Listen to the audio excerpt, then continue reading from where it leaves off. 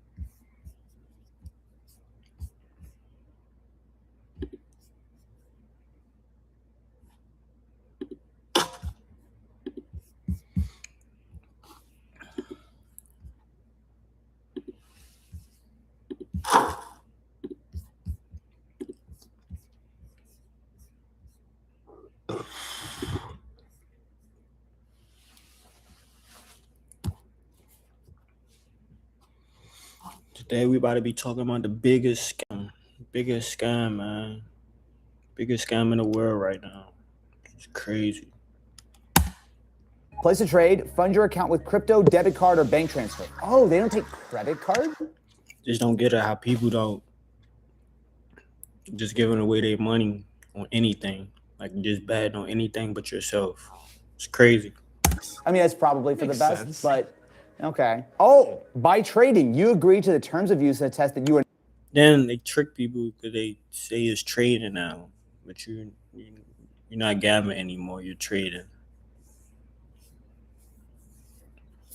It's crazy. Not a U.S. person, you are not located in the U.S., and are not the resident of or located in a restricted jurisdiction. Wait, I thought you could do this in the U.S. Well, remember how we said something about different platforms being various levels of legal? Polymarket aren't legal yet, are they? Not in the U.S., no, not really. I am not going to be doing any crimes on camera. I am a good law-abiding citizen. Let's go to Kalshi. Okay, so quick context, because while they're both prediction markets, Kalshi and Polymarket aren't actually the same thing. Polymarket is the one you've probably heard of, and they're also the slightly more, shall we say, problematic player in the space. How do you feel about war? So Polymarket was in the U.S. And as we've just seen, they're technically illegal in the United States. Now, Polymarket US, which is its own thing, is coming if you want to sign up for the waitlist, but for right now, if you're an American and you keep hearing about Polymarket, well, you've been hearing about a website that you're not supposed to put money into. Kalshi is the one I can use. It is an actual CFTC regulated exchange, meaning it's approved by the same federal agency that oversees other futures trading. Now, how betting on aliens is considered the same kind of futures option as farmers hedging against a dry season is a whole other question, but that's besides the point. So there were definitely a few steps I had to go through. So they needed email, a phone number, my name, my address. They wanted to scan my ID and take a selfie. And I also did have to give them the last 4 of my social, but after doing Rent-A-Center, I got to just give that out to anybody at this point. So why don't we take a closer look? I do have, as you can see here, $1,000 in my portfolio, which they apparently pay. Please check the information you entered is correct and try again. What? They take my money. What do you mean information? I gave you it all. Give me some options. What are we going to bet on? Pokemon. Where are we going to financially make questionable decisions on? Pokemon. I don't think, is there Pokemon? Whoa. Okay, so you can bet on the price of packs? This is right up your alley, dude. Go for it. You don't even have to buy packs anymore. Who wants to buy Pokemon cards to own them? Why don't you just bet on the value of Pokemon cards? Exactly. My goal for this video is not to just say, these are dumb and bad. Like, I want to understand how these things work. I want to understand how legal things like Kalshi are, how they've worked through these loopholes, and ultimately, what it's actually like to really The house always wins. put time and money and effort into, can you win? How does it work? And what are the downsides? Because I'm pretty skeptical. But you can understand the pitch. No house, no bookie. You're not betting against Kalshi, you're betting against other people. Kalshi just takes a cut of every trade. To learn more, I spoke with Dr. Robin Hansen, the father of modern prediction markets. I worked with this group called Xanadu, trying to invent the World Wide Web. And their vision, in part, was that the web would make it easier to find criticism, and that would make public conversation healthier. And I started to have doubts. And so I wondered, what else could we do instead? Those of us on the project believed that many public consensus were stupid and misinformed and misdirected. The idea was accessible to me that why not have betting markets? And couldn't the betting markets be a better, healthier context in which we would come together to form a consensus? That was my initial concept in the late 1980s. So that's the theory, at least. Now, Kalshi and Polymarket aren't really what Dr. Hansen had in mind, but the core concept is here. In a market where people put their money where their mouth is, the prices are likely to reflect what the crowd actually believes, not what they say they do. And of course, I started to read more about standard literature on financial markets, and I learned that the standard story on financial markets is that, in fact, it's hard to find information they don't embody. And then when we've had head-to-head comparisons of financial markets to other institutions at the same time, same topic, similar resources, the markets just consistently do better. Look, I'm not a huge fan of gambling. I personally believe that some friction in gambling is a good thing. A trip to Vegas is a very different proposition than casually tapping a few buttons on your phone. But let's do this. $1,000 to see how this actually works. Check this out. I'm going to show you how I afforded this car. Okay, you ready? All right, $118 for car insurance. That's how much I was paying. Okay, I picked. Look, I don't know if this is for me. So I've been using Kalshi for a little over a week now, and I just don't know what I'm supposed to be doing. Because look, I think what most people do with Kalshi is they take bets on things that they're really passionate about. But not only am I trying to not get Martha Stewarted, but even the things that I am passionate about, I feel like are really boring, right? Like, so I've made some bets. I'll actually show you my portfolio right now, which I am exclusively down on basically at this point. So I bet on some F1 stuff, but the problem is there's no F1 races right now. And most of the bets that are there are like, you know, what's going to happen at the end of the year. So they're not really exciting. I bet on a Pikachu card going up, which I'm making some money on. I've taken a massive hit on betting on GTA 6, which at this point, at least as a recording right now, it seems like they're about to like bring out a new trailer and confirm stuff. So I'm way down on that. The one that I was doing okay on for a minute is betting on Aliens. That's also not exciting. Like, I understand there's a fun factor here, 1000%. But to me, I don't, it doesn't click on betting real money on real world things. I'm trying to get it, but I'm not really getting it. Here's what I keep getting stuck on. It's not that I don't personally resonate with this stuff so much. I mean, I get it. Gambling is fun. The bigger question is, why are prediction markets suddenly everywhere? The ads all over sports on TV, the integrations To predict everything. Everything is a gamble. Which is crazy. Yeah, you said it's hot outside.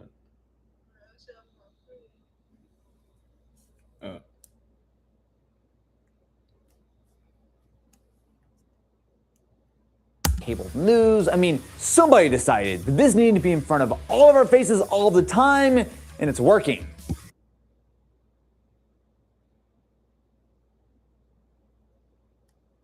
Kalshi and Polymarket combined did about $50 billion in trades last year.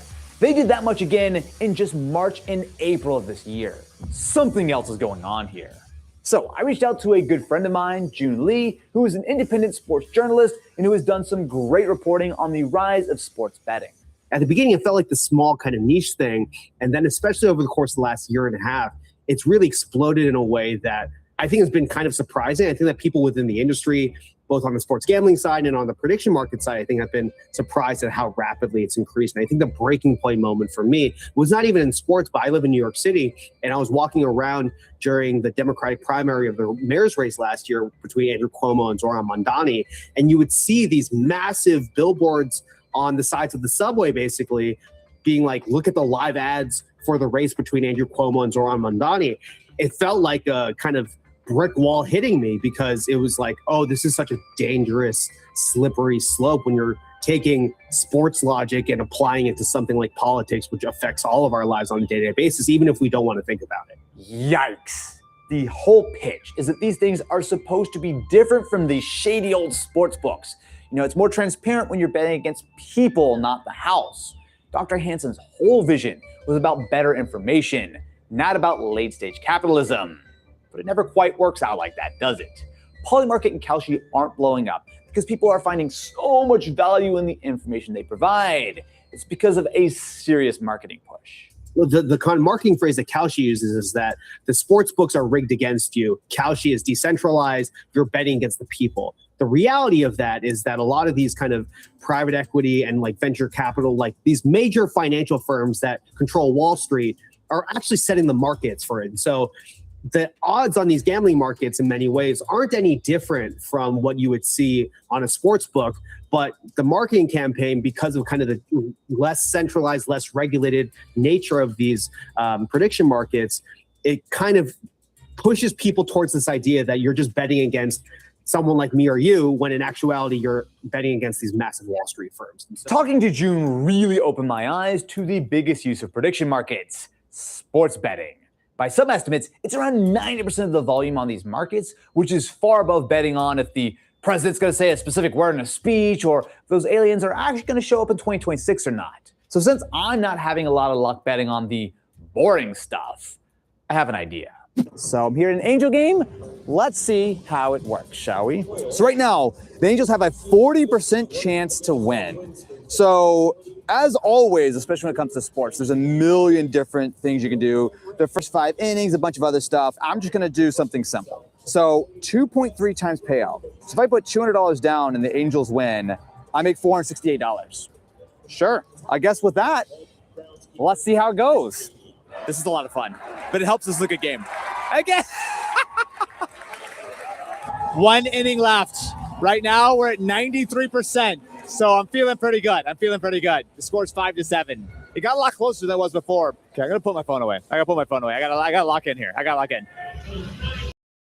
Check this out. This is how I can afford this Jeep Wrangler. I was paying $243 for my brand new Jeep for insurance coverage. You can see the breakdown right here. That was a ton of fun, honestly. I think it really actually made a difference. That I was a little bit more motivated than normal. I still have somewhat conflicted feelings about Kalshi and Polymarket, but it definitely did give me a new appreciation for the way you can enjoy sports, if I'm honest with you. It was interesting for sure, but I think I gotta think on this a little bit. I don't know.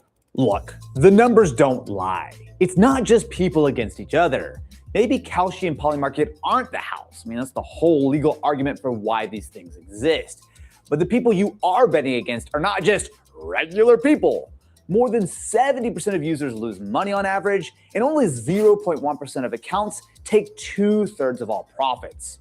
Just the same way you're probably not going to pick better stocks than the big Wall Street firms with huge amounts of data, the same thing goes for prediction markets. It's not just about kind of the technical way that things actually work in the world. It's how these systems are applied to kind of the existing cultural narratives and the emotions and feelings that we have towards sports and the romantic idea of we have towards sports. Who could have guessed?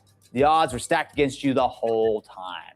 So at this point, I have definitely seen enough. I closed all of my positions and cashed out of Kalshi yesterday.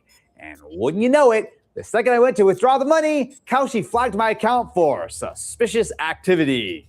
Because of course they did. So I now need to contact customer service to get things withdrawn. But regardless, I've already donated the $265 I made from the Angels game to the National Council for Problem Gambling. Prediction markets didn't just slowly build up to $50 billion in trading volume. They exploded. 2 years ago, this is a niche thing, but today, there's subway billboards, ads all over YouTube and TV. I mean, we're looking at 2 of the biggest platforms in the world with valuations in the tens of billions. The idea of a prediction market, it's not necessarily a bad one. Dr. Hansen had some of the right ideas, but what Kalshi and Polymarket are doing, allowing anyone to bet on basically anything, it's just problematic. It enables truly wild stories, like the soldier who bet on the outcome of his own mission to capture the president of Venezuela on Polymarket. I mean, sure, he got caught for being a dumbass, but I think it's a good snapshot of just how out of control things can get when there are no adults in the room. Yeah, it's getting out of control. Too out of control.